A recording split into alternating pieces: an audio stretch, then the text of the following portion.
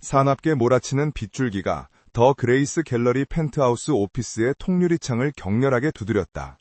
창밖의 도시는 거대한 수채화처럼 번져나가고 있었지만 그 혼돈 속에서도 오피스 안은 얼음처럼 고요했다. 그 고요함의 중심에 더 그레이스의 최연소 CEO 한지수가 있었다.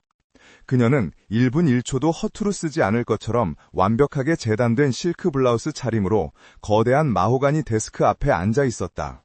그녀의 시선은 태블릿 화면에 떠있는 복잡한 재무제표에 고정되어 있었다. 한지수의 세계는 숫자로 이루어져 있었고 감정은 사치였다. 10년 전 아버지가 갑작스럽게 돌아가신 후 그녀는 유일한 후계자로서 이 거대한 럭셔리 제국을 떠맡았다. 어린 여자라는 이유로 그녀를 얕보던 이사회의 늙은 늑대들 사이에서 살아남기 위해 그녀는 자신의 감정을 지우고 강철 같은 이성으로 무장해야 했다. 그녀의 별명은 얼음 여왕. 그 누구도 그녀의 진짜 속내를 본 적이 없었고 그녀 역시 누구에게도 속내를 보일 생각이 없었다. 지금 이 순간 그녀의 미간이 미세하게 좁혀졌다. 보고서의 한 귀퉁이, 아주 사소하지만 분명한 불일치가 그녀의 눈에 포착되었기 때문이다. 이 불일치의 배후에는 늘 그녀의 신경을 거스르는 인물, 오태민 상무가 있었다. 그는 더 그레이스 갤러리의 COO이자 이사회의 상당 지분을 확보한 야심가였다. 오태민은 언제나 사람 좋은 미소를 짓고 있었지만 그 미소 뒤에는 그녀의 자리를 노리는 검은 야욕이 숨겨져 있음만 지수는 잘 알고 있었다.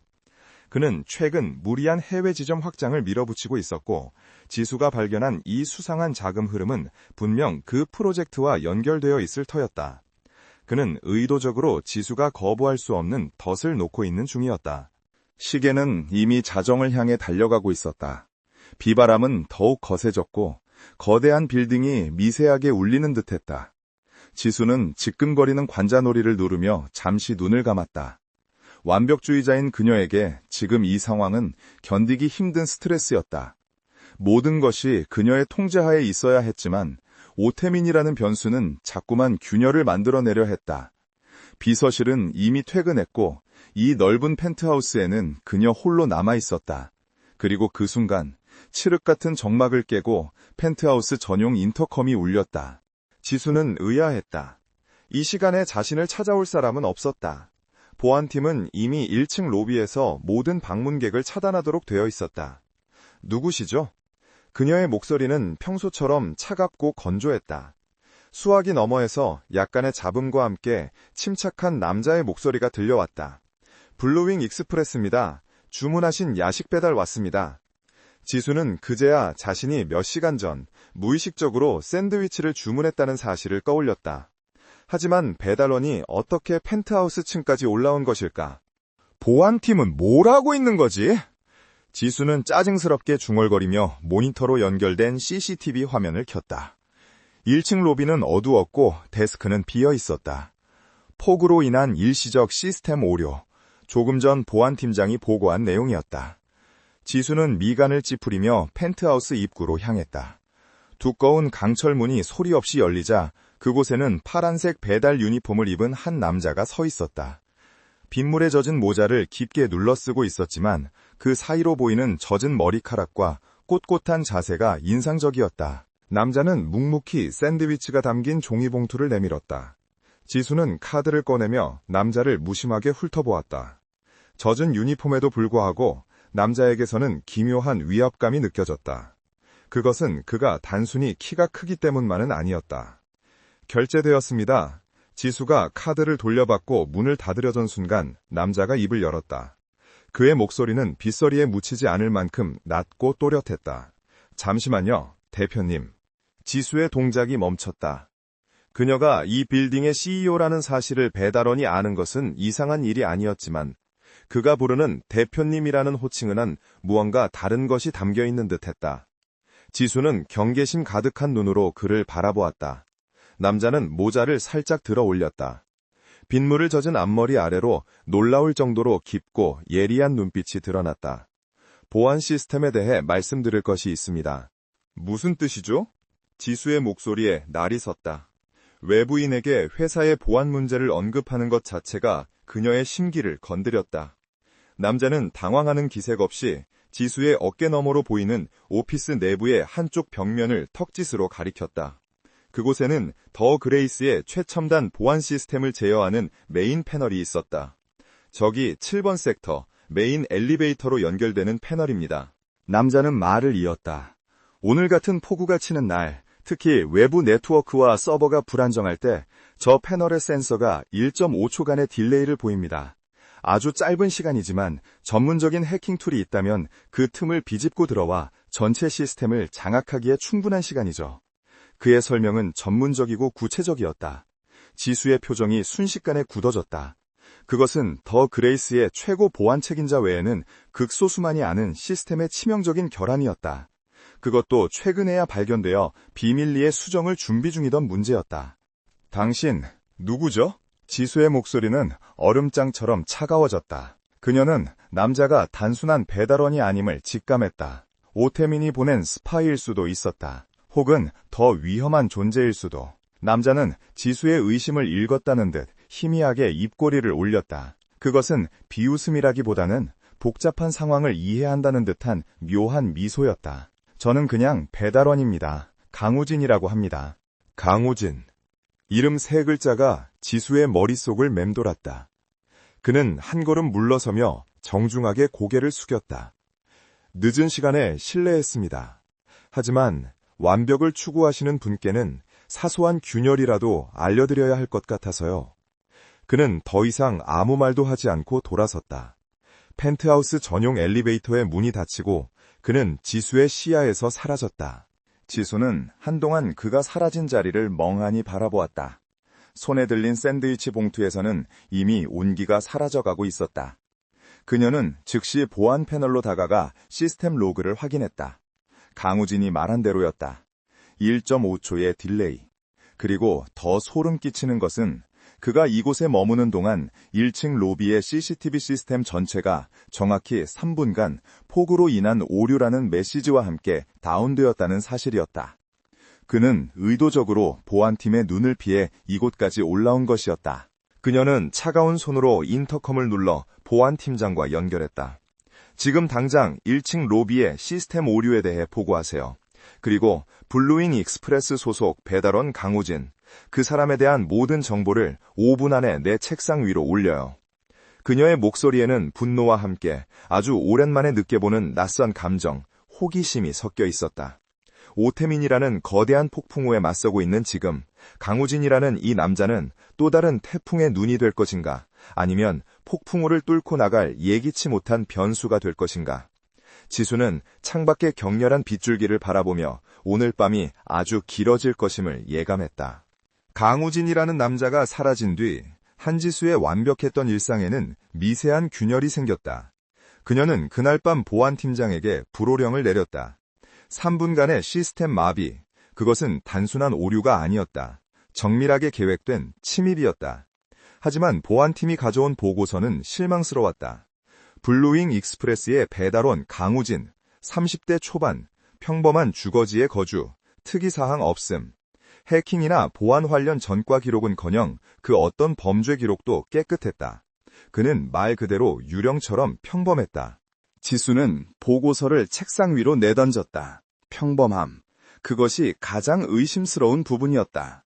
그녀가 파악한 7번 섹터의 결함은 전 세계에서도 손꼽히는 화이트 해커들만이 겨우 인지할 수 있는 수준의 고난도 취약점이었다. 그런 결함을 폭우 속에서 샌드위치를 배달하던 남자가 우연히 발견하고 우연히 3분간 시스템을 마비시키고 우연히 CEO인 자신에게 직접 경고까지 한다. 지수는 차가운 비웃음을 흘렸다. 세상에 그런 우연은 없었다. 그의 목적은 무엇일까? 오태민이 보낸 사람일까? 지수는 그 가능성을 낮게 보았다.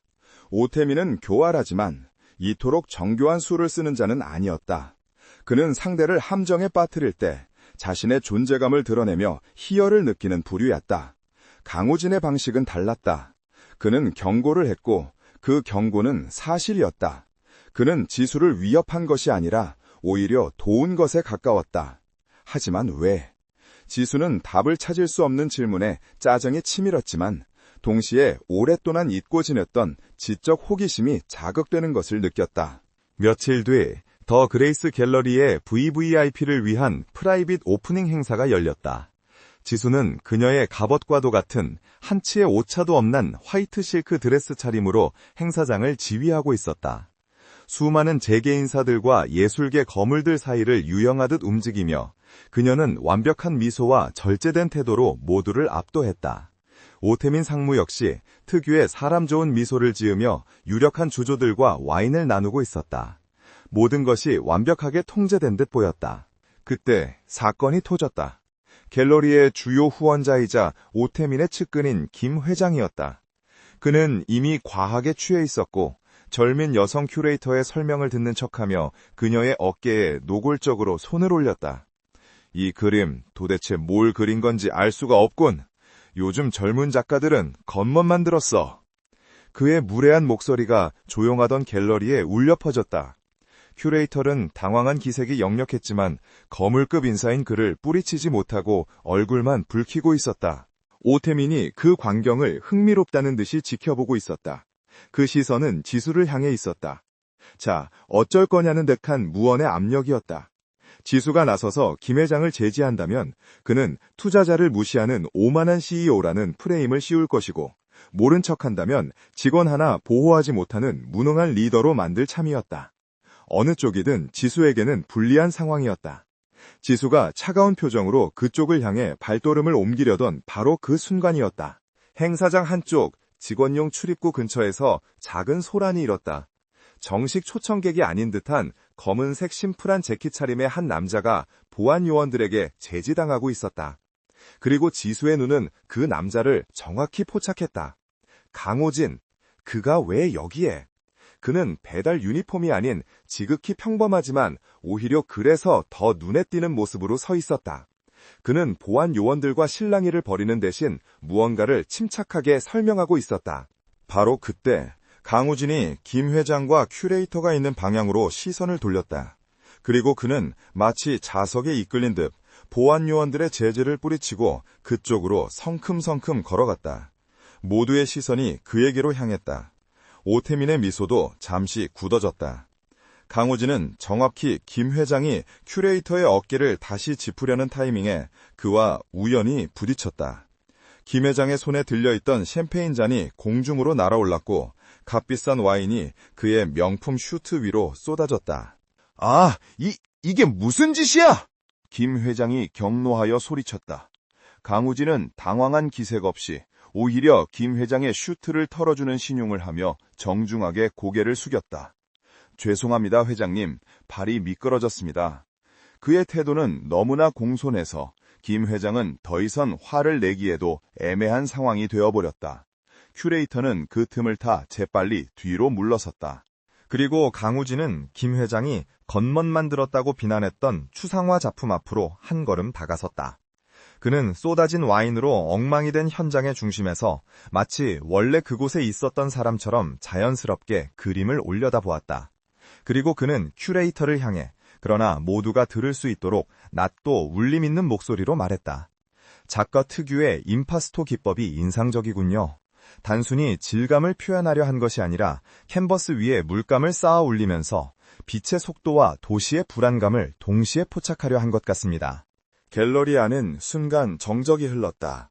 전문 비평가 못지않은, 아니 그 이상의 깊이 있는 분석이었다. 그는 그림에서 눈을 떼지 않은 채 말을 이었다. 반고흐 후기 작품에서 보이는 격렬함이 현대적인 풍경 속에서 재해석되었네요.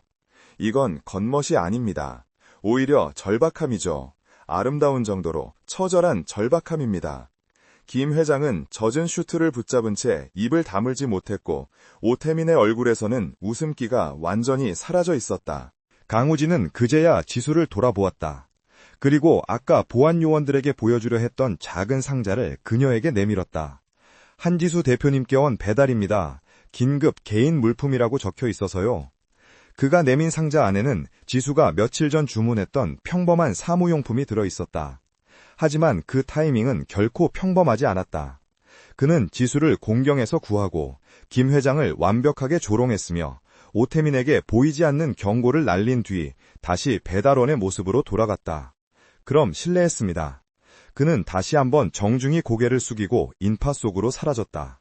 그날 밤 지수는 오피스가 아닌 자신의 펜트하우스 아파트에서 오태민이 올려보낸 서류들을 검토하고 있었다. 갤러리에서의 일로 심기가 복잡했지만 그녀는 일을 미루는 성격이 아니었다. 오태민이 추진하는 동남아시아 미술관 건립 프로젝트, 서류상으로는 완벽했다. 투자금, 예상 수익, 현지 법률 검토까지 흠잡을 데가 없었다. 지수는 본능적으로 이 완벽함이 덫이라는 것을 알았지만 논리적인 반박 근거를 찾지 못해 골머리를 앓고 있었다. 그녀는 스트레스로 인해 늦은 시간임에도 불구하고 죽을 주문했다. 습관적인 주문이었다. 그리고 그녀의 개인 엘리베이터가 도착하는 소리가 들렸다. 이 아파트는 그녀 외에는 그 누구도 출입할 수 없도록 설계되어 있었다. 하지만 문이 열리고 그곳에 서 있는 사람은 또다시 블루윙 유니폼을 입은 강우진이었다. 지수는 이제 놀라지도 않았다. 당신, 어떻게 내 개인 배달까지 맞는 거죠? 강우진은 태연하게 죽이 담긴 봉투를 건넸다. 알고리즘이 무작위로 배정한 것뿐입니다, 대표님. 아니면 운명일지도 모르죠. 그의 입가에 스친 희미한 미소를 지수는 놓치지 않았다. 그녀가 봉투를 받아들던 순간 강우진이 마치 발을 헛디딘 것처럼 살짝 휘청거렸다. 그의 몸이 앞으로 쏠리면서 그의 시선은 정확히 거실 테이블 위에 펼쳐져 있던 오태민의 프로젝트 서류들에 고정되었다. 단 1초, 그는 즉시 몸을 바로 세웠다. 늦은 시간까지 고생이 많으십니다, 대표님. 그가 현관을 나서며 무심한 듯 덧붙였다. 저희 할아버지가 회계사셨습니다. 늘 하시던 말씀이 진짜 위험한 사기는 숫자가 맞지 않는 장부가 아니라 너무 완벽하게 딱 맞아떨어지는 장부라고 하셨죠. 그는 지술에 갈아보았다. 그의 눈빛은 그날 밤 빗속에서처럼 예리했다. 예산과 비용이 이런 단위까지 정확하게 일치하는 건 효율적인 경영이 아니라 잘 짜인 소설이라고 하셨습니다. 강우재는 사라졌고 펜트하우스에는 다시 정막이 찾아왔다. 지수는 손에 든 죽이 식어가는 것도 잊은 채 테이블 위의 서류를 노려보았다. 너무 완벽하게 딱 맞아떨어지는 장부, 잘 짜인 소설. 지수는 즉시 자신의 보안 노트북을 열었다. 그리고 오태민이 제출한 베트남 현지 부지 가치 평가서를 크로스 체크하기 시작했다. 그녀는 서류상의 숫자가 아닌 위성 데이터를 확인했다. 몇 분 뒤 지수의 손이 멈췄다. 오태민이 5천만 달러의 가치가 있다고 보고한 그 땅은 장마철에는 물에 잠기는 맹그로브 습지였다. 실제 가치는 100만 달러도 채 되지 않았다. 오태민은 단순한 배임이 아니라 4,900만 달러라는 천문학적인 금액을 횡령하려 했고 그 완벽한 서류는 지수에게 모든 책임을 떠넘기기 위한 덫이었던 것이다. 지수의 온몸에 소름이 돋았다. 강우진의 경고는 두 번 모두 그녀의 목숨을 구한 것이나 다름없었다. 이제 의심은 확신이 되었다. 강우진, 그는 대체 누구인가? 한지수가 베트남 맹그로브 습지부지 매입권을 환경영향평가 데이터에 불일치라는 지극히 합리적이고 지루한 이유를 들어 이사회에서 공식적으로 반려했을 때 오태민 상무의 얼굴은 순간적으로 굳어졌지만 이내 특유의 사람 좋은 미소로 돌아왔다. 역시 한 대표님이십니다. 제가 미처 확인하지 못한 부분을 꼼꼼하게 짚어주시네요. 그는 회의실을 나가는 이사들의 어깨를 두드리며 그렇게 말했지만 그의 눈은 웃고 있지 않았다. 그는 알았다. 한지수가 혹은 한지수의 뒤에 있는 누군가가 자신의 완벽한 소설을 간파했다는 것을. 오태민은 자신의 집무실로 돌아와 값비싼 크리스탈 잔에 위스키를 따랐다. 얼음이 부딪히는 소리가 그의 신경질적인 기변을 대변하는 듯했다. 한지수. 그저 운 좋게 갤러리를 물려받은 세상 물정 모르는 얼음공주라고 생각했다. 그동안 그녀가 보여준 능력은 그저 기존의 시스템을 유지하는 수준의 관리에 불과하다고 얕봤다. 하지만 베트남 건은 달랐다. 그것은 그가 수개월에 걸쳐 공들인 덫이었다. 그 덫을 그녀가 너무도 간단하게, 심지어 그를 조롱하듯이 피해나갔다. 데이터 불일치라니. 그것은 당신이 사기꾼인 걸 알지만 대놓고 말해줄 생각은 없어 라는 뜻이나 다름없었다. 그는 제3의 존재를 직감했다. 한지수 혼자서는 그 완벽한 페이퍼 플랜의 허점을 찾아낼 수 없었을 것이다. 누군가 그녀를 돕고 있다. 그것이 누구든 오태민의 심기를 건드린 대가는 처절해야 했다. 그는 한지수를 사업적으로 공격하는 것은 어렵다는 것을 깨달았다. 그녀는 숫자와 논리에는 빈틈이 없었다. 그렇다면 그녀의 명성을 공격해야 했다. 그녀가 그토록 지키려 하는 더 그레이스의 고고한 이미지, 그리고 그녀 자신의 도덕성을. 며칠 후 재계 전체가 발칵 뒤집히는 스캔들이 터져나왔다. 한 경제지가 더 그레이스 갤러리가 운영하는 예술장학재단의 불투명한 자금 흐름에 대해 일면 톱 기사로 보도한 것이다. 기사의 내용은 충격적이었다. 재단 자금의 일부가 수년 전 한지수 대표의 개인적인 용도로 매입한 것으로 의심되는 강원도의 한 고급 부지 매입에 사용되었다는 정황이 포착되었다는 것이다. 기사는 교묘했다. 확실하다고 말하지 않았지만 모든 증거가 한지수를 가리키고 있었다. 그 부지는 실제로 재단 명의로 구입한 것이 맞았다. 재단의 예술가들을 위한 창작 레지던스로 활용할 계획이었다. 문제는 그 부지를 매각한 회사가 공교롭게도 한지수의 아버지와 과거에 연이 있었던 인물의 소유였으며 매입 가격이 시세보다 미묘하게 높게 책정되었다는 점이었다. 그리고 오태민은 그 미묘한 차액이 한지수의 비자금 계좌로 흘러들어간 것처럼 보이는 가짜 송금 내역서를 익명으로 제보했다. 그것은 베트남 건에 비하면 조잡했지만 대중을 선동하기에는 완벽한 미끼였다. 갤러리는 혼돈에 빠졌다. 이사회는 긴급 소집되었고 주가는 폭락했다. 한지수는 순식간에 아버지의 유산으로 사치를 부리는 부도덕한 경영자로 낙인 찍혔다. 그녀를 향한 비난은 얼음장처럼 차가웠다. 오태민은 이사회에서 가장 비통한 표정으로 그녀를 압박했다. 대표님, 저는 아직도 대표님을 믿습니다. 하지만 이 상황을 명확하게 해명하셔야 합니다. 재단의 명예가, 선대 회장님의 명예가 실추되고 있습니다. 한지수는 거대한 얼음성에 홀로 갇힌 기분이었다. 그녀는 이 모든 것이 오태민의 지심을 알았지만 그에게는 완벽한 알리바이가 있었다. 그는 오히려 그녀를 보호하는 듯한 태도를 취하며 이사회에 동정표를 샀다. 그녀의 편이라고 믿었던 이사들조차 한 대표가 잠시 경영 일선에서 물러나 진실을 규명하는 것이 어떻겠냐는 의견을 조심스럽게 내비쳤다. 그녀는 완벽하게 고립되었다. 법무팀은 방어 논리를 만드느라 분주했지만 여론은 이미 그녀에게 유죄를 선고한 뒤였다. 그날 밤 지수는 텅 빈 집무실에서 자신을 향해 쏟아지는 악의적인 기사들을 내려다보았다. 그녀는 패배를 몰랐지만 지금은 무력감을 느꼈다. 그때 그녀의 머릿속을 스치는 단 하나의 이름이 있었다. 강우진. 그만이 이 모든 혼돈 속에서 유일하게 진실을 꿰뚫어 보았던 자였다. 그가 경고했던 완벽하게 딱 맞아떨어지는 장부. 이번 재단 스캔들 역시 오태민이 만들어낸 또 하나의 소설이었다. 그녀는 더 이상 우연에 기댈 수 없었다. 강우진, 그가 누구인지 반드시 알아내야 했다. 그녀는 더 그레이스의 보안팀을 신뢰할 수 없었다.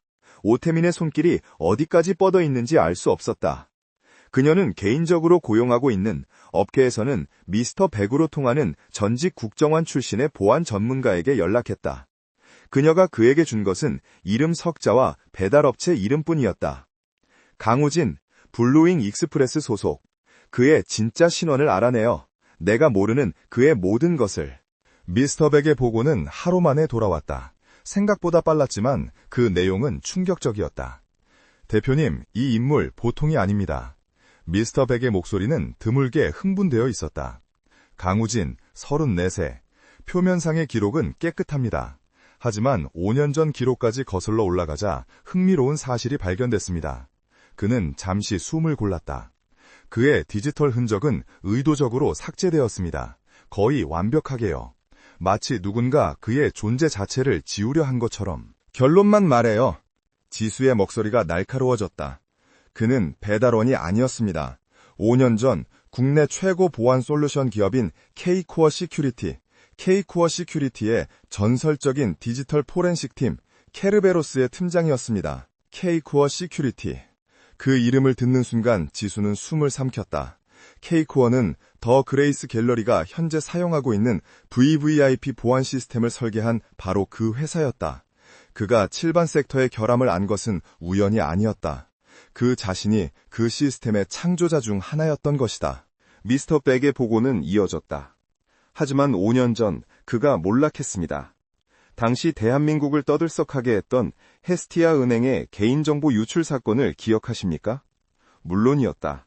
수천만 명의 개인정보가 다크웹에서 거래되었던 최악의 보안 참사였다. 강우진 팀장이 그 사건의 내부 용의자로 지목되었습니다. 그가 정보를 빼돌려 거액을 받고 팔아넘겼다는 증거가 발견되었죠. 그는 모든 것을 잃었습니다. 명예, 직장, 그리고 동료들까지요. 그런데 이상합니다. 미스터 백이 덧붙였다. 증거가 명백했음에도 불구하고 그는 기소되지 않았습니다. 모든 혐의가 갑자기 취하들였죠. 마치 더 큰 힘이 그를 감옥에 보내는 대신 사회적으로 매장하는 쪽을 택한 것처럼요.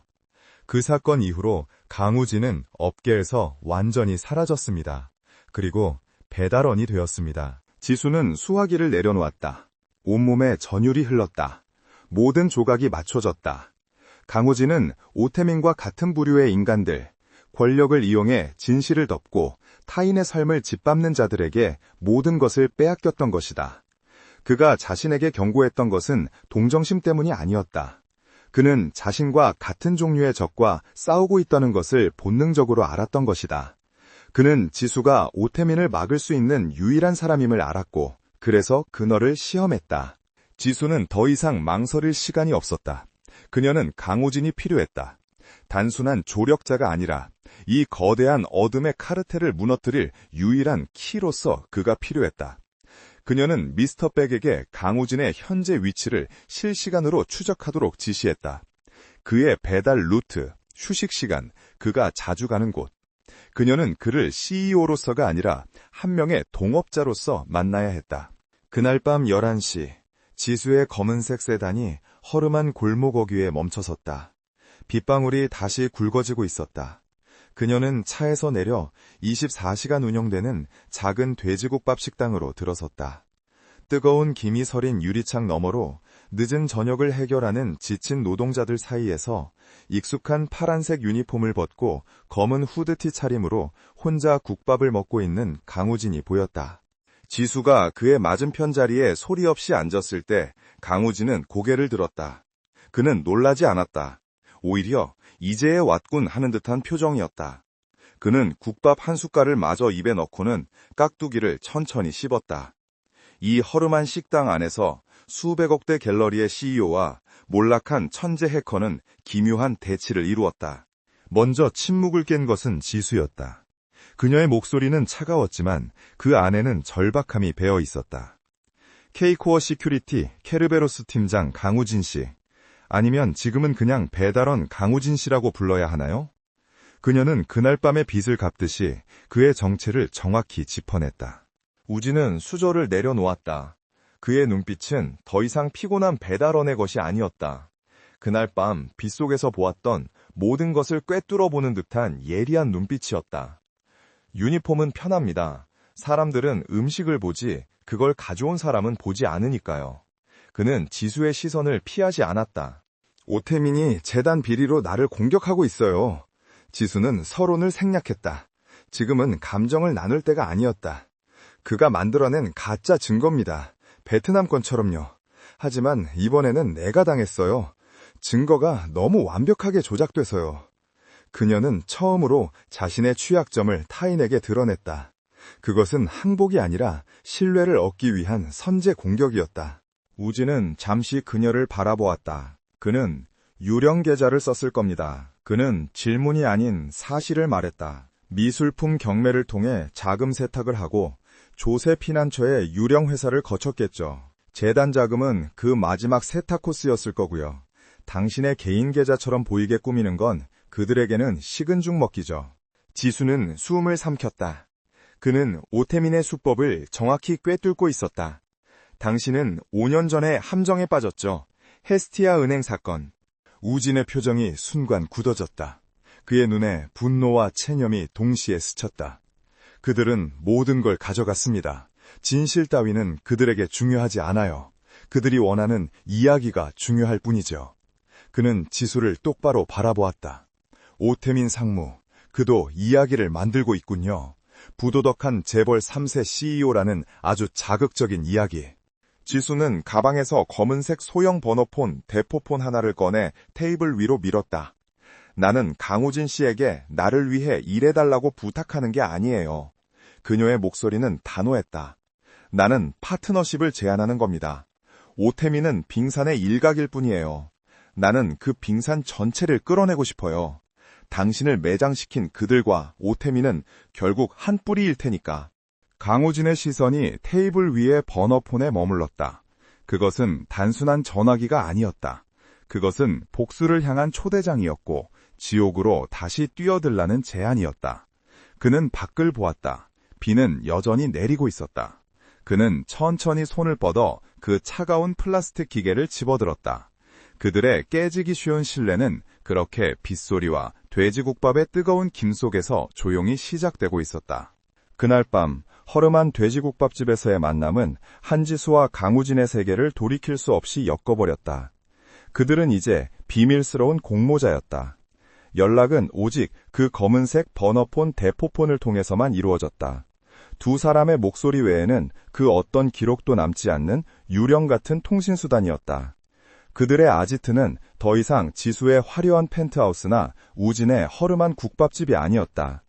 도심 외곽, 오래된 인쇄공장들 사이에 숨겨진 강우진의 진짜 안가 세이프하우스였다. 그곳은 겉보기에는 버려진 창고였지만 내부는 최첨단 서버와 모니터들로 가득 찬 디지털 요새였다. 지수는 공식적으로 변가를 냈다. 이사회가 그녀의 도덕성을 문제 삼아 직무 정지를 논의하기 시작하자 그녀는 한 발 앞서 스스로 물러나는 모양새를 취했다. 오태미는 그녀가 궁지에 몰렸다고 확신하며 승리의 미소를 감추지 못했다. 하지만 그것은 지수가 의도한 양날의 덫의 시작이었다. 그녀는 오태민에게 가장 방심하기 좋은 먹잇감, 즉 무너지고 있는 얼음 여왕의 모습을 연기했다. 그리고 그 연극 뒤편 우진의 안가에서 그녀는 날카로운 반격의 칼날을 갈고 있었다. 오태민은 당신이 생각하는 것보다 훨씬 더 꼼꼼한 놈입니다. 우진이 수십 개의 모니터 앞에서 키보드를 두드리며 말했다. 그의 손가락은 마치 피아니스트처럼 빠르고 정확하게 움직였다. 그는 더 그레이스 갤러리의 메인 서버에 지수가 몰래 열어준 아주 작은 백도어를 통해 유령처럼 잠입해 있었다. 그는 재단 자금을 횡령한 것이 아니에요. 그건 미끼였죠. 그는 돈을 세탁하고 있었던 겁니다. 우진이 화면 하나를 확대했다. 재단 장부에서 빠져나가 지수의 비자금 계좌로 흘러들어간 것처럼 보였던 그 돈의 진짜 흐름도였다. 이 돈을 보세요. 강원도 부지 매입자금. 이건 오태민의 개인 비자금이 아니라 외부에서 유입된 검은 돈입니다. 돈은 스위스, 케이맨 제도, 파나마의 페이퍼 컴퍼니들을 수십 차례 거치며 깨끗하게 세탁된 후 투자라는 이름으로 재단에 들어왔다. 그리고 그 돈은 다시 부지 매입이라는 합법적인 거래를 통해 오태민과 연결된 또 다른 유령 회사의 주머니로 들어갔다. 지수를 함정에 빠뜨리는 것은 그 과정에서 나온 보너스 게임에 불과했다. 그럼 오태민은 단순히 갤러리를 차지하려던 게 아니었군요.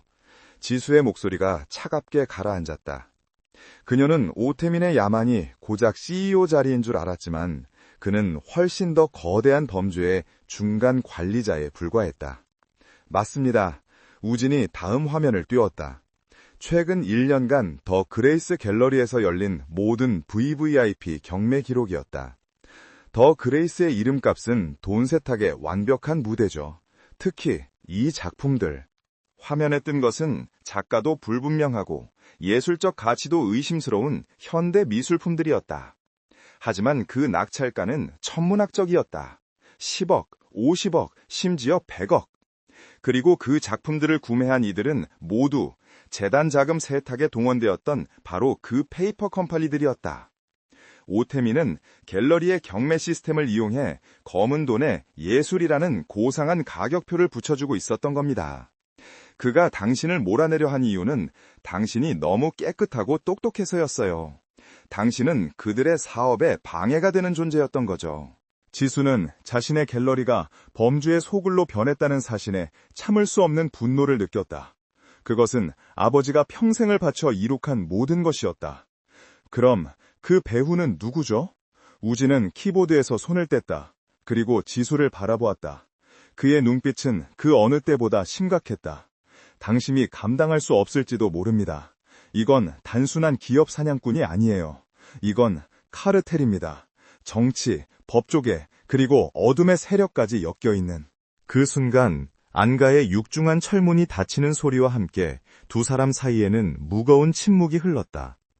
그들은 이제 거대한 괴물의 턱 밑까지 다가와 버린 것이었다. 며칠 밤낮으로 이어진 데이터 분석 속에서 지수는 자신이 알던 강호진과는 전혀 다른 모습을 보았다. 그는 배달 유니폼을 입은 피곤한 청년이 아니라 디지털 세계의 왕이었다. 그는 코드 라인 속에서 적의 심리를 읽었고 방어벽 너머에서 그들의 목소리를 들었다. 지수 역시 마찬가지였다. 그녀는 더 이상 얼음 여왕이 아니었다. 이 어둡고 차가운 창고 안서 그녀는 헝클어진 머리로 컵라면을 먹으며 복잡한 자금 흐름도를 본능적으로 꿰뚫어 보았다. 이 돈 홍콩의 골든 피닉스 캐피탈로 흘러들어갔어요. 하지만 이 시점에 환율 변동이 이상해요. 이건 자금 이동이 아니라 환치기를 통한 추가 자금 유입이에요. 그녀의 지적에 우진의 눈이 빛났다. 그는 해커였지만 그녀는 제국의 경영자였다. 돈의 흐름이 아닌 심리를 읽는 데는 그녀가 전문가였다. 그들의 관계는 초조한 공모자에서 서로의 능력을 절박하게 필요로 하는 파트너로 변해가고 있었다. 긴장이 극에 달했던 어느 새벽, 수백 개의 서버가 돌아가는 소음 속에서 지수가 먼저 입을 열었다. 아버지가 돌아가셨을 때 제 나이가 24이었어요. 그녀의 목소리는 지쳐 있었지만 놀라울 정도로 솔직했다. 모두가 제가 무너질 거라고 했죠. 늙은 늑대들은 제국을 나눠 가질 생각에 신이 났고요. 전 무너질 수 없었어요. 무너지면 모든 걸 빼앗기니까. 그래서 얼음 여왕이 되기로 했어요. 아무도 날 꿰뚫어 볼 수 없게. 그녀는 우진을 바라보았다. 그의 얼굴은 모니터의 푸른 빛에 물들어 있었다. 그런데 당신은 날 꿰뚫어 봤어요. 처음 만난 그날 밤 보안 시스템의 결함을 지적했을 때부터. 우진은 천천히 고개를 돌렸다. 그의 눈빛은 연민이 아닌 깊은 이해심으로 가득 차 있었다. 나도 모든 걸 잃어봤으니까요. 그는 5년 전의 그날을 떠올렸다. 헤스티아 은행 사건. 그를 나락으로 떨어뜨린 것은 내부 고발자의 누명이 아니었다. 그것은 그가 아버지처럼 믿고 따르던 스승의 배신이었다. 그는 K-코어 시큐리티의 부사장이었습니다. 저의 멘토였죠. 우진의 목소리가 낮게 잠겼다. 그가 바로 헤스티아 은행의 보안 시스템을 어둠의 조직에 팔아넘긴 장본인이었습니다. 전 그 사실을 알아냈고 그에게 자수하라고 말했죠. 결과는 처참했다. 그의 스승은 그가 모아둔 모든 증거를 역이용해 강우진을 희대의 범조자로 만들었다. 그리고 그를 구렁텅이에 쳐넣은 스승 뒤에는 지금 오태민이 상대하는 바로 그 카르텔이 있었다. 그들은 내 명예, 내 미래, 심지어 내 존재까지 지워버렸어요. 난 배달원 강우진이라는 유령으로 살아가야 했죠. 지수는 자신도 모르게 손을 뻗어 키보드 위에 놓인 그의 손등을 덮었다. 얼음 여왕의 손이라고는 믿기지 않을 만큼 따뜻한 온기였다. 우진의 손이 멈칫했다. 그는 천천히 손을 뒤집어 그녀의 손을 마주 잡았다. 그것은 위로이자 맹세였다. 두 사람의 시선이 허공에서 얽혔다. 이 차가운 기계들 사이에서 배신과 상처로 얼룩진 두 영혼은 서로의 가장 깊은 어둠을 보았고 그 안에서 기묘한 유대감을 느꼈다. 그것은 단순한 동지애가 아니었다. 함께 지옥의 문턱까지 걸어 들어온 두 사람이 공유하는 위험하고도 강렬한 이끌림이었다. 오태민은 빙산의 일각일 뿐이에요. 지수가 그의 손을 잡은 채 속삭였다. 우린 이 빙산 전체를 침몰시켜야 해요. 우진은 대답 대신 그녀의 손을 더욱 힘주어 잡았다. 그들의 전쟁은 이제 막 시작되었고 그들은 더 이상 혼자가 아니었다. 오태민 상무는 더 이상 웃지 않았다. 한지수가 병가를 내고 공식 석상에서 사라진 지 일주일. 그는 처음으로 초조함을 느끼고 있었다. 얼음 여왕이 이토록 쉽게 무너진다는 것이 이상했다. 그녀는 그렇게 호락호락한 상대가 아니었다. 재단 스캔들은 여론을 흔들었지만 이사회의 핵심 멤버들은 여전히 그녀의 능력을 신뢰하며 미묘한 중립을 지키고 있었다. 오태미는 자신이 놓치고 있는 무언가가 있음을 직감했다. 베트남권을 그토록 정교하게 막아냈던 그녀가 이번 스캔들에는 속수무책으로 당한 척 연기하고 있다는 불길한 예감이 들었다. 그는 자신의 정보 라인을 총동원했다. 한지수의 주변을 샅샅이 뒤졌다. 그리고 마침내 예상치 못한 곳에서 단서가 잡혔다. 오태민이 매수해둔 K코어 시큐리티의 한 직원이었다. 그는 5년 전 강우진의 몰락을 옆에서 지켜봤던 인물이었다. 오태민은 그에게 더 그레이스 갤러리 내부 보안망에 대한 이상 징후를 역추적해달라고 의뢰했다. 그리고 며칠 뒤 그에게서 다급한 보고가 올라왔다. 상무님, 이건 케르베로스의 시그니처입니다. 5년 전에 사라졌던 강우진, 그놈의 방식입니다. 강우진. 이름 세 글자가 오태민의 머릿속을 망치처럼 내리쳤다. 그제야 모든 조각이 맞춰졌다. 평범한 배달원, VVIP 행사장의 불청객, 맹그로브 습지의 사기극을 간파했던 조언자. 그가 바로 5년 전 모든 것을 잃고 사라졌던 전설적인 해커였다. 오태민은 분노로 온몸이 떨렸다. 감히 몰락한 유령 따위가 자신의 거대한 계획에 회방을 놓고 있었다.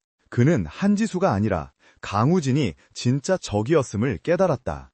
그는 즉시 자신이 속한 카르텔의 상부에 이 사실을 보고했다. 강우진이 살아있습니다. 그리고 한지수와 붙었습니다. 오태민의 목소리는 다급했다. 수화기 너머에서는 잠시 침묵이 흘렀다. 그리고 낮고 위압적인 목소리가 흘러나왔다. 유령은 유령인 채로 사라져야지. 오 상무, 기회를 주지. 한지수를 쳐내. 이 사회에서 완벽하게 끝내버려. 강우진은 우리가 처리하지. 5년 전처럼. 전화는 끊겼다. 오태민은 이것이 자신에게 주어진 마지막 기회이자 실패할 경우 자신도 처리될 수 있다는 경고임을 알았다. 오태민은 마지막 카드를 꺼내들었다. 그는 즉시 이사회를 소집했다. 더 그레이스 갤러리 대표이사 한지수 해임의 건. 안건은 명확했다. 재단 비리 스캔들에 대한 책임을 묻는다는 것이었다. 그는 자신이 조작한 완벽한 증거들, 한지수의 개인 계좌로 흘러들어간 것처럼 꾸민 자금 이체 내역서와 내부 고발자의 가짜 진술서를 이사회 48시간 전에 배포했다. 더 그레이스 갤러리는 폭풍전야에 휩싸였다. 같은 시각 강우진의 안가. 수십 개의 모니터가 일제히 붉은 경고등을 깜빡이기 시작했다. 강우진이 자신의 옛 동료들을 감시하기 위해 심어두었던 트랩이 발동한 것이다. 찾았군. 우진이 키보드를 두드리며 낮게 중얼거렸다. 그의 이름이 오태민의 네트워크와 카르텔의 내부망에서 동시에 검색되고 있었다. 그들은 우진의 존재를 확인했고 이제 그를 잡으러 올 터였다. 이게 뭐야? 지수가 모니터의 경고창을 보며 물었다. 그녀의 목소리는 불안감에 떨리고 있었다. 바로 그때 그녀의 번호폰이 울렸다. 이사회 긴급 소집 통보 문자였다. 대표이사 해임의 건. 48시간 뒤. 지수의 얼굴이 하얗게 질렸다. 그들이 동시에 움직이기 시작했어요. 오태민은 주주총회에서 자신을 합법적으로 끌어내릴 것이고 카르텔은 우진을 물리적으로 제거하려 할 것이다. 그들은 완벽하게 양동작전을 펼치고 있었다. 증거가 부족해. 지수가 절망적으로 말했다. 그들은 오태민이 골든 피닉스 캐피탈을 통해 돈 세탁을 한 정황, 그리고 그 돈이 5년 전 헤스티아 은행 사건과 연결되어 있다는 심증은 있었지만 이사회를 뒤집을 만한 스모킹 건이 없었다. 그들이 가진 데이터는 너무 복잡해서 법률가들이나 이해할 수 있는 것들이었다. 주주들을 설득하기엔 역부족이었다. 강우진은 모니터에서 눈을 떼고 지수를 바라보았다. 그의 눈은 그 어느 때보다 차갑고 단호했다. 증거가 부족한 게 아니야. 우리가 가진 증거를 진짜로 만들 시간이 없는 거지. 그는 자리에서 일어섰다. 그리고 자신의 장비들을 챙기기 시작했다. 소형 녹음기, 추적장치, 그리고 그가 직접 개조한 초소형 카메라까지. 무슨 짓이에요? 지수가 불안하게 물었다. 그들이 날 잡으러 올 겁니다. 우진이 검은색 방탄조끼를 재킷 안에 껴입으며 말했다. 그럼 실망시키지 말아야죠. 그는 지수를 똑바로 바라보았다. 그들은 내가 어디 있는지 정확히 모릅니다. 내가 미끼가 되어 그들이 나를 찾게 만들 겁니다. 오태민은 이사회에 있겠지만 나를 잡으러 오는 건 5년 전 나를 배신했던 그들이겠죠. 내 옛 스승 K코어의 부사장, 그가 직접 올 겁니다. 자살 행위예요. 지수가 그를 막아서며 소리쳤다. 그녀의 목소리에서는 처음으로 얼음 여왕이 아닌 한 여자의 절박한 두려움이 묻어나왔다. 당신 혼자 그들을 어떻게 상대하겠다는 거예요? 이건 미친 짓이야. 그녀는 자신이 왜 이렇게 필사적으로 그를 막고 있는지 스스로도 혼란스러웠다. 이것은 단순한 파트너에 대한 걱정이 아니었다. 우진은 그녀의 어깨를 잡았다. 그의 손은 놀랍도록 따뜻하고 강했다. 이건 미친 짓이 아니에요, 지수씨. 이건 유일한 역전의 서막입니다. 그는 그녀의 눈을 깊게 들여다보았다. 당신은 48시간 뒤 이사회라는 전장에서 싸워야 합니다. 나는 그 시간 동안 어둠 속에서 당신이 쓸 총알을 가져올 겁니다. 오태민과 카르텔이 한통속이라는 그들의 목소리가 담긴 자백, 그게 필요합니다. 그는 이것이 단순히 갤러리를 되찾는 싸움이 아님을 알았다. 이것은 그가 5년간 유령처럼 살아온 자신의 삶을 되찾는 싸움이었고, 자신을 배신했던 자들에 대한 처절한 복수였다. 그리고 눈앞에 이 여자를 지키기 위한 싸움이었다. 그는 이 싸움에서 질 수 없었다. 안가의 무거운 철문 앞에서 두 사람은 잠시 마주섰다. 어두운 창고 안에는 서버 돌아가는 소리만이 가득했다. 시간은 그들 편이 아니었다. 지수는 떨리는 손을 들어 그의 재킷 깃을 바로잡아 주었다. 그녀의 손길이 그의 뺨을 스쳤다. 차가운 얼음장겠던 그녀의 손이 지금은 불처럼 뜨거웠다. 죽지 마요. 지수가 속삭였다. 그녀의 눈에 물기가 어렸다. 반드시 돌아와요. 우진은 대답 대신 그녀의 얼굴을 감싸 안았다. 그리고 망설임 없이 그녀에게 키스했다. 그것은 열정적이라기보다는 모든 것을 건 맹세와도 같은 키스였다. 이 차가운 기계들 사이에서 복수와 배신, 그리고 절박함으로 얽힌 두 사람의 마음이 처음으로 완벽하게 포개어지는 순간이었다. 당신도 져선 안 됩니다. 그가 그녀의 이마에 다시 한번 짧게 입을 맞추고 말했다. 이사회에서 그들을 기다리고 있어요. 내가 증거를 가지고 돌아갈 때까지. 강우진은 뒤도 돌아보지 않고 어둠 속으로 걸어나갔다. 사자의 굴로 제 발로 걸어 들어가는 것이었다. 육중한 철문이 닫히고 지수는 다시 홀로 남았다. 그녀는 입술에 남은 그의 온기를 느끼며 주먹을 세게 쥐었다. 눈물이 흘렀지만 그녀의 눈빛은 더 이상 두렵지 않았다. 그녀는 얼음 여왕이었고 이제 그녀의 심장은 복수와 그리고 사랑으로 다시 뛰기 시작했다. 그녀는 번호폰을 집어들었다. 미스터 백에게 연락할 시간이었다. 48시간, 지옥이 시작될 거예요. 더 그레이스 갤러리의 심장부 30층 대회의실의 공기는 얼음장처럼 차가웠다. 긴급 주주총회장, 거대한 타원형 테이블을 둘러싼 이사들과 주요 주주들의 얼굴에는 긴장감이 역력했다. 그들의 시선은 모두 한 곳, 연단 앞에 선 한지수에게로 향해 있었다. 그녀는 병가 중이라고는 믿기지 않을 만큼 완벽하게 차려입은 모습이었지만 평소에 얼음 여왕 같은 위압감 대신 창백한 낯빛과 굳게 담은 입술이 그녀의 위태로운 상황을 대변하는 듯했다. 연단의 반대편 오태민 상무가 의기양양하게 앉아 있었다.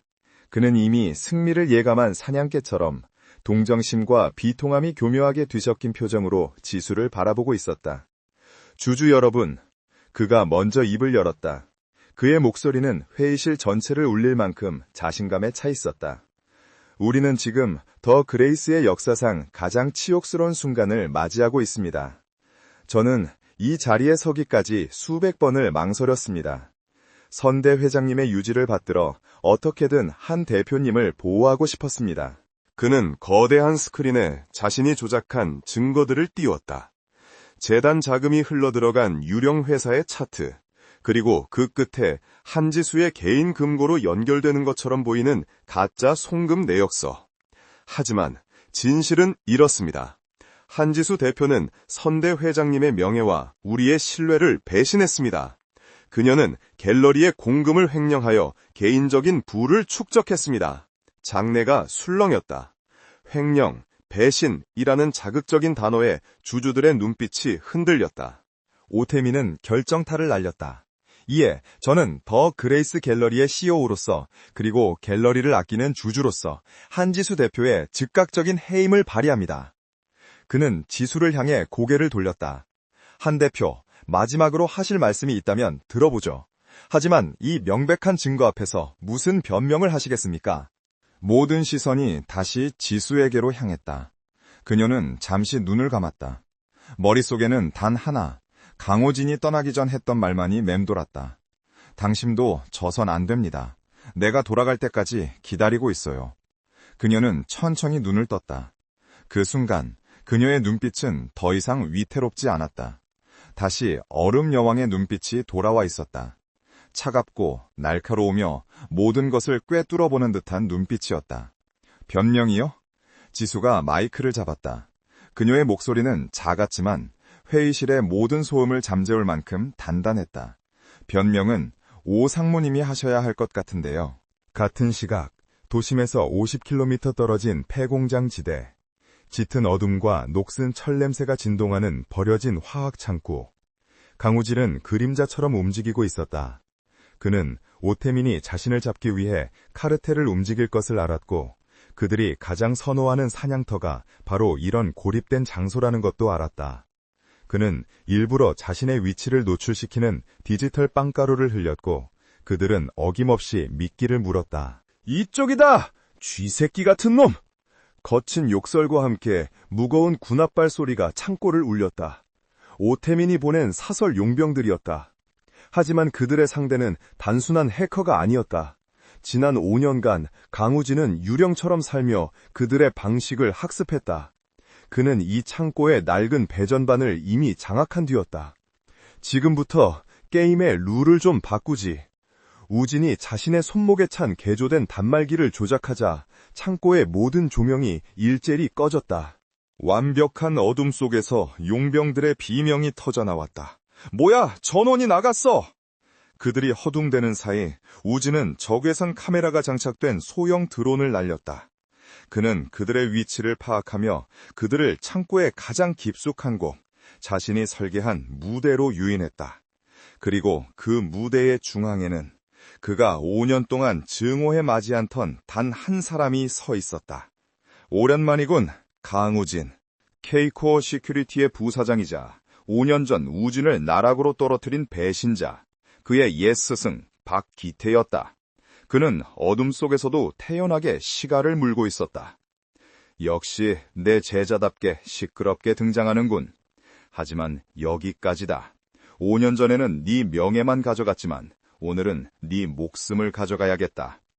박기태는 오태민이 아니라 카르텔의 핵심 인물이었다. 오태민은 그저 그의 장기말에 불과했다. 5년 전, 왜 그랬습니까? 우진의 목소리가 어둠 속에서 울렸다. 그의 가슴에는 소형 녹음기와 카메라가 작동하고 있었다. 이것이 지수에게 필요한 총알이었다. 날 아들처럼 여긴다고 하지 않았습니까? 박기태는 비웃음을 터뜨렸다. 아들? 멍청한 놈. 넌 내 가장 뛰어난 도구였을 뿐이야. 헤스티아 은행 건도 네가 너무 깊이 파고들지만 않았어도 넌 내 후계자가 되었을 거다. 그럼 인정하는군요. 우진이 어둠 속에서 모습을 드러냈다. 그의 손에는 무기가 없었다. 오직 단말기뿐이었다. 헤스티아 은행의 보안을 팔아넘긴 것도 그 죄를 내게 뒤집어 씌운 것도 모두 당신이라는 걸. 박기태는 당황하지 않았다. 오히려 용병들에게 손짓했다. 그래, 인정하지. 이 모든 판은 내가 짰다. 오태민이 갤러리에서 돈 세탁을 하는 것도 한지수를 끌어내리는 것도 다 내 계획이야. 그리고 넌 그 계획의 마지막 5점이었지. 용병들이 우진을 향해 총구를 겨눴다. 유언은 그쯤이면 됐나? 아니요. 우진이 희미하게 웃었다. 유언은 당신이 해야 할 겁니다. 그가 단말기의 실행 버튼을 눌렀다. 그 순간 창고 전체에 낡은 스프링클러가 터져나오며 물이 쏟아졌다. 동시에 배 전반에서 스파크가 튀며 물에 젖은 용병들이 감전되어 쓰러졌다. 박기태가 경악하는 사이 우진은 그에게 달려들었다. 격렬한 몸싸움. 우진은 훈련받은 용병은 아니었지만 5년간의 분노와 복수심으로 단련되어 있었다. 그는 박기태를 제압하고 그의 손목에 수갑을 채웠다. 그리고 그의 귓가에 속삭였다. 지금 이 모든 대화는 전 세계로 생중계되고 있었습니다, 스승님. 다시 주주 총회장. 지수는 오태민이 제시한 증거들을 조목조목 반박하고 있었다. 오 상무님은 이 송금 내역이 제 횡령의 증거라고 하셨죠. 하지만 이상하군요. 그녀는 스크린에 또 다른 차트를 띄웠다. 이 유령 회사의 자금 흐름, 공교롭게도 오 상무님이 추진하셨던 베트남 맹그로브 습지 개발 프로젝트의 투자사와 정확히 일치합니다. 이건 제 비자금이 아니라 오 상무님의 돈 세탁 루트가 아닙니까? 오태민의 얼굴이 처음으로 굳어졌다. 무슨 말도 안 되는 소리를, 증거도 없이. 장내가 다시 술렁였다. 하지만 분위기는 미묘하게 바뀌어 있었다. 지수의 반격은 감정이 아닌 팩트에 기반하고 있었다. 그녀는 시간을 벌고 있었다. 강우진이 돌아올 시간, 그가 약속한 총알이 도착할 시간을. 증거가 없다고요? 지수가 오태민을 똑바로 바라보았다. 당신이 그토록 원하던 증거, 지금 바로 그 순간이었다. 회의장의 육중한 문이 거칠게 열렸다. 모두의 시선이 문 쪽으로 향했다. 그곳에는 피투성이가 된 작업복 차림의 강우진이 서 있었다. 그의 얼굴은 멍과 상처로 얼룩져 있었지만 그의 눈은 승리자의 그것처럼 불타고 있었다. 그의 뒤로는 검찰과 경찰 병력 그리고 미스터 백이 이끄는 보안팀이 쏟아져 들어왔다. 뭐야? 당신들 누군데? 오태민이 자리에서 벌떡 일어섰다. 그의 완벽했던 가면이 산산조각 나고 있었다. 검사로 보이는 남자가 앞으로 나서며 영장을 내밀었다. 오태민 씨, 당신을 특정 경제 범죄 가중처벌 등에 관한 법률 위반, 즉 횡령, 배임 및 범죄 수익 은닉 혐의로 긴급 체포합니다. 증거 있냐고! 오태민이 발악하듯 소리쳤다. 강우진이 필식 웃으며 손에 들고 있던 소형 데이터 저장 장치를 검사에게 건넸다. 증거는 차고 넘칠 겁니다. 그는 회의장 스크린을 해킹해 방금 전 폐창고에서 녹화된 영상을 재생시켰다. 박기태의 생생한 자백. 오태민이 갤러리에서 돈 세탁을 하는 것도 다 내 계획이야. 회의장은 완벽한 충격에 휩싸였다. 오태민의 얼굴은 잿빛이 되었다. 그는 도망치려 했지만 이미 경찰의 손에 제압된 뒤였다. 이게 강우진, 니놈이! 그는 수갑이 채워진 채 끌려나가며 우진을 향해 저주를 퍼부었다. 모든 상황이 종료되고 회의실에는 침묵만이 남았다. 주주들은 방금 일어난 일이 마치 한 편의 영화처럼 느껴져 넋을 잃고 있었다. 지수는 연단에서 천천히 내려왔다. 그녀의 다리가 후들거렸다. 그녀는 피투성이가 된 채 회의실 기둥에 기대어 자신을 바라보고 있는 강우진에게로 똑바로 걸어갔다. 두 사람의 시선이 허공에서 마주쳤다. 수많은 사람들 속에서 그들은 오직 서로만을 보고 있었다. 지수의 눈에서 뜨거운 눈물 한 방울이 흘러내렸다. 그녀는 그에게 다가가 그의 상처투성이 뺨을 조심스럽게 어루만졌다. 약속 지켰네요. 그녀의 목소리는 떨리고 있었다. 우진은 그녀의 손 위로 자신의 손을 포겠다. 당신도 잘 버텼습니다. 그가 희미하게 미소 지었다. 거대한 폭풍이 지나간 자리, 얼음 여왕과 몰락한 천재는 마침내 서로의 손을 마주잡고 있었다. 전쟁은 끝났다. 폭풍이 지나간 자리는 언제나 고요하지만 더 그레이스 갤러리를 둘러싼 폭풍의 여파는 거대하고 소란스러웠다. 대한민국을 뒤흔든 더 그레이스 스캔들은 하룻밤 사이에 박기태 오태민 게이트라는 이름의 거대한 부패 카르텔 사건으로 번졌다. 언론은 연일 폐창고에서 확보된 박기태의 자백 영상과 강우진이 수집한 돈 세탁 증거들을 대서특필했다. 오태민과 박기태를 포함한 카르텔의 핵심 인물들은 줄줄이 구속되었고 헤스티아 은행 사건 역시 5년 만에 재수사에 착수했다. 한지수는 그 폭풍의 한가운데에 서 있었다. 하지만 그녀는 더 이상 홀로 모든 것을 감당하는 얼음 여왕이 아니었다. 그녀는 주주총회장에서 모든 진실이 밝혀진 직후 쓰러진 강우진을 부축해 병원으로 향했다. 그 소란 속에서 그녀는 수많은 카메라 플래시와 이사들의 경악어린 시선에도 아랑곳하지 않았다. 그녀의 세계에는 오직 피투성이가 된 강우진, 그리고 그가 지켜낸 진실만이 존재했다. 그녀는 그가 응급실에서 치료를 받는 내내 그의 손을 단 한순간도 놓지 않았다. 몇 주가 흘렀다. 더 그레이스 갤러리는 대대적인 개혁에 들어갔다. 지수는 오태민의 잔당들을 모두 쏟아내고 갤러리의 투명성을 높이기 위한 외부 감사 시스템을 도입했다. 이사회는 만장일치로 그녀의 재신임을 결의했다. 그녀의 리더십은 그 어느 때보다 견고해졌지만 그녀를 대하는 직원들의 태도는 미묘하게 달라져 있었다. 그녀는 여전히 완벽을 추구했지만 더 이상 차가운 벽을 치지 않았다. 젊은 큐레이터의 실수에 날카로운 지적 대신 실패에서 배운 것은 절대 잊히지 않죠 라며 격려의 말을 건네기도 했다. 그녀의 얼굴에는 서서히 인간적인 온기가 돌기 시작했다. 강우진 역시 새로운 삶을 시작했다. 헤스티아 은행 사건의 모든 혐의는 공식적으로 벗겨졌고 그는 내부 고발자가 아닌 거대한 부패를 막아낸 영웅으로 재조명되었다. 수많은 대기업과 국가기관에서 그에게 파격적인 조건의 스카우트 제의를 해왔다. 하지만 그는 모든 제안을 거절했다. 그는 더 이상 거대한 조직의 부속품으로 살고 싶지 않았다. 그는 지난 5년간 자신이 유령처럼 떠돌았던 그 어두운 골목에서 자신과 같은 또 다른 강우진을 보았기 때문이었다. 그는 자신의 회사를 차리기로 결심했다. 이름은 케르베로스 솔루션즈. 5년 전 그가 강제로 해체해야 했던 그의 팀 이름이자 지옥의 문을 지키는 파수견이라는 뜻이었다. 그는 돈과 권력을 위한 방패가 아니라 평범한 사람들의 데이터를 지키는 파수견이 되겠다고 다짐했다.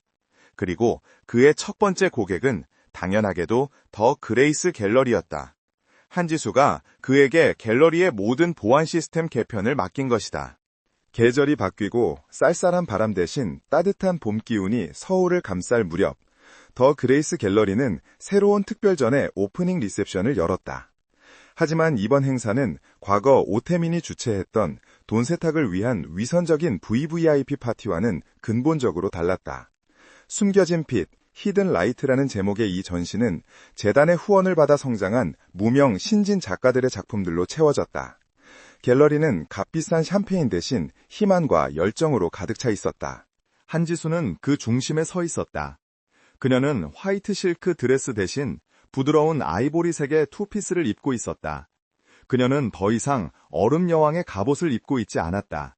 그녀는 한 젊은 작가의 손을 잡고 그의 작품에 대해 진심으로 감탄하며 환하게 웃고 있었다. 그 미소는 너무나 자연스럽고 따뜻해서 몇 달 전의 그녀라고는 상상할 수 없을 정도였다. 그때 행사장 입구에서 익숙한 실루엣이 나타났다. 완벽하게 재단된 네이비 슈트를 입은 늠름한 모습의 낭자였다. 그는 더 이상 배달 유니폼의 피곤한 청년도 상처투성이의 복수자도 아니었다. 그는 케르베루스 솔루션즈의 대표 강우진이었다. 그는 수많은 인파 속에서도 오직 한 사람, 한지수만을 바라보고 있었다. 우진이 천천히 그녀에게로 다가갔다. 사람들은 자연스럽게 길을 열어주었다. 이제 서울에서 이 두 사람의 관계를 모르는 사람은 없었다. 대한민국에서 가장 견고한 성을 지닌 CEO와 그 성의 모든 벽을 허물어버린 천재 해커. 그들의 이야기는 이미 전설이 되어 있었다. 늦었네요, 강 대표님. 지수가 그를 보며 장난스럽게 웃었다. 해킹해야 할 방화벽이 생각보다 많아서요, 한 대표님. 우진이 그녀의 농담을 자연스럽게 받아치며 그녀에게 샴페인 잔을 건넸다. 공식적인 호칭이었지만 그들의 눈빛은 연인들의 미러처럼 다정했다. 오늘따라 유난히 보안이 철저해 보입니다. 지수가 샴페인 잔을 받으며 속삭였다. 그녀의 시선이 그의 잘 닦인 구두와 완벽한 넥타이를 향했다. 우진은 그녀의 손 위로 자신의 손을 살짝 포겠다. 그날 밤 응급실에서 지수가 잡아주었던 바로 그 손이었다. 상처는 아물었지만 그 온기는 여전히 남아있었다. 최고의 보안은 상대방이 뚫고 들어올 마음조차 먹지 못하게 하는 거죠. 그가 그녀의 눈을 깊이 들여다보며 말했다. 하지만 가끔은 기꺼이 뚫리고 싶은 방화벽도 있는 법입니다. 지수의 뺨이 발그레하게 물들었다. 그녀는 수많은 사람들 앞에서 처음으로 자신의 감정을 숨기지 않았다. 그럼 그 우연한 만남은 사실 계획된 해킹이었던 거네요. 그녀가 그날 밤 펜트하우스에서 처음 만났던 순간을 떠올렸다. 우지는 고개를 저었다. 아니요. 그는 그녀의 손을 부드럽게 감쌌다. 그날 밤의 만남은 분명 우연이었습니다. 하지만 그가 지수의 손을 자신의 심장 가까이로 이끌었다. 그 우연이 사랑으로 변한 건 완벽하게 계획된 나의 가장 성공적인 침투였습니다. 두 사람의 웃음소리가 갤러리 안에 울려 퍼졌다. 더 이상 어둠도, 배신도, 얼음 같은 고독도 없었다. 거센 폭풍호가 지나간 자리, 그들의 상처 위로 마침내 따뜻하고 찬란한 사랑이 꽃을 피우고 있었다.